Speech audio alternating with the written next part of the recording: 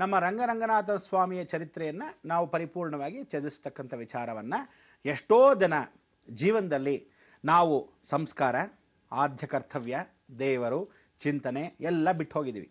ಎಷ್ಟೋ ಜನ ಭಜನ ಮಂಡಳಿ, ರಾಮ ಭಜನ ಮಂಡಳಿ, ಕೃಷ್ಣ ಭಜನ ಮಂಡಳಿ, ರಂಗನಾಥನ ಭಜನ ಮಂಡಳಿ, ಶಿವ ಭಜನ ಮಂಡಳಿ, ಹೀಗೆ ಭಜನ ಮಂಡಳಿಗಳನ್ನೇ ಮರ್ತು ಹೋಗಿದ್ದೀವಿ. ಭಜನೆಗಳನ್ನು ಸಾಕಷ್ಟು ಜನ ಏನು ಮಾಡೋರು, ಸೋಮವಾರ ದಿವಸ ಕೂತ್ಕೊಂಡು ಭಜನೆ ಮಾಡೋರು, ಶನಿವಾರ ದಿವಸ ಭಜನೆ ಮಾಡೋರು, ಶುಕ್ರವಾರ ದಿವಸ ದೇವಿ ಭಜನಾ ಮಂಡಳಿ ಅಂತ ಹೇಳೋರು, ಶಿರ್ಡಿ ಸಾಯಿಬಾಬಾನ ನೆನೆಸ್ಕೊಂಡು ಗುರುವಾರ ದಿವಸ ಭಜನೆ ಮಂಡಳಿ ಇಟ್ಕೊಳ್ಳೋರು. ಎಷ್ಟೋ ಜನ ನಾಟಕ ಶಿಖಾಮಣಿಗಳಾಗಿರ್ತಕ್ಕಂಥವ್ರು ಸಂಧ್ಯಾ ಕಾಲದಲ್ಲಿ ಭಜನಾ ಮಂಡಳಿ ಮಾಡೋರು. ಹೀಗೆ ಎಲ್ಲ ಭಜನಾ ಮಂಡಳಿಗಳು ವಿಶೇಷವಾಗಿ ಒಂದು ಭಜನೆಯ ಕಾರ್ಯಕ್ರಮಗಳು ಇಟ್ಕೊಳ್ಳೋರು. ಆಗ ಕೃಷ್ಣ ಪರಮಾತ್ಮನ ಭಜನ ಮಂಡಳಿ ಅಂತ ಬಹಳ ವಿಶೇಷವಾಗಿರ್ತಿತ್ತು. ಈ ಭಜನ ಮಂಡಳಿಯನ್ನು ಕೃಷ್ಣ ಪರಮಾತ್ಮನ ಯದುಕುಲ ನಂದನನ ಸ್ಮರಣೆ ಮಾಡಿಕೊಂಡ ಬ್ರಜ್ ಭಾಷೆ, ಅದೇ ಬ್ರಜ್ ಅಂತ ಒಂದು ಸ್ಥಳ ಇದೆ ದ್ವಾರಕಾ ಹತ್ರ. ವಿಶೇಷವಾಗಿರ್ತಕ್ಕಂಥ ಈ ಬ್ರಜ್ದಲ್ಲಿ ಇವತ್ತಿಗೂ ಭಜನೆಗಳು ನಡೆಯುತ್ತೆ. ಆ ಭಜನೆಗಳೆಲ್ಲ ಎಷ್ಟು ವಿಶೇಷ ಅಂದರೆ ಆನಂದವಾಗುತ್ತೆ, ತಲ್ಲೀನರಾಗ್ತೀವಿ, ಭಗವಂತನ ಅಂತ ಹೇಳಿ ಆ ಸ್ಮರಣೆಯನ್ನು ಮಾಡ್ತೀವಿ. ಇವತ್ತು ನೀವು ಆ ಭಜನೆಯ ಜೊತೆಗೆ ದೇವರ ನಾಮಸ್ಮರಣೆಯನ್ನು ಕೇಳ್ಕೊತ ದೇವರ ದರ್ಶನವನ್ನು, ಶ್ರೀ ರಂಗನಾಥನ ದರ್ಶನವನ್ನು ಮಾಡೋಕ್ಕೆ ನಿಮಗೆಲ್ಲ ಉತ್ಸುಕತಾಗಿದ್ದೀರಾ. ಭಾಳ ಸಂತೋಷ. ಆ ಭಜನೆ ಜೊತೆಗೆ ನಾವಲ್ಲಿ ಹೋಗೋಣ. ಆಗ ರಾಮ ಭಜನೆ ಮಾಡೋರು. ರಾಮ ರಾಮ ಹರೇ ಹರೇ, ಕೃಷ್ಣ ಕೃಷ್ಣ ಹರೇ ಹರೇ, ರಾಮ ಕೃಷ್ಣ ಹರೇ ಹರೇ, ಕೃಷ್ಣ ರಾಮ ಹರೇ ಹರೇ, ಈ ಥರ ಒಂದು ಭಜನೆ ಮಾಡೋರು. ಅದಾದ ಮೇಲೆ ಇನ್ನೊಂದು ಭಜನೆ ಮಾಡೋರು. ಹರಿ ಬೋಲ್ ಹರಿ ಹರಿ ಬೋಲ್, ಮುಕುಂದ ಮಾಧವ ಗೋವಿಂದ ಬೋಲ್, ರಾಮ ಬೋಲ್ ರಾಮ ರಾಮ ಬೋಲ್, ಸೀತಾ ಸಮೇತ ಶ್ರೀರಾಮಚಂದ್ರ ಬೋಲ್. ಎಷ್ಟು ಚೆನ್ನಾಗಿರ್ತೈತಿ ಭಜನೆ ಎಲ್ಲ. ಅದನ್ನೆಲ್ಲ ಕೇಳ್ತಾ ಇದ್ರೆ ಎಂಥ ಒಂದು ಆನಂದ.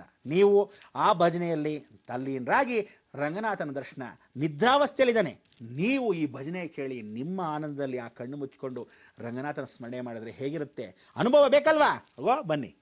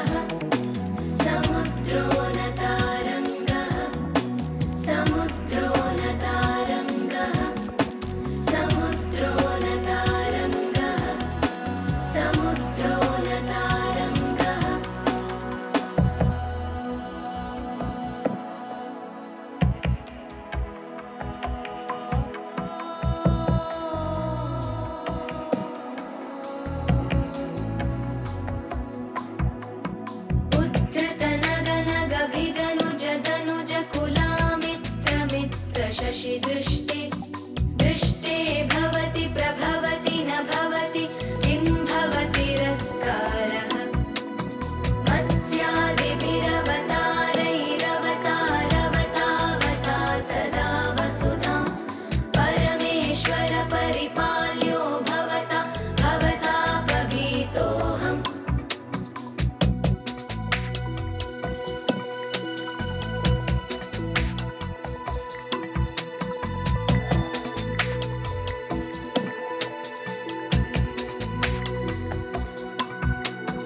दामोदर गुणमन्दिर सुन्दर वदनारविन्द गोविन्द दामोदर गुणमन्दिर सुन्दर वदनारविन्द गोविन्द वदनारविन्द गोविन्द वदना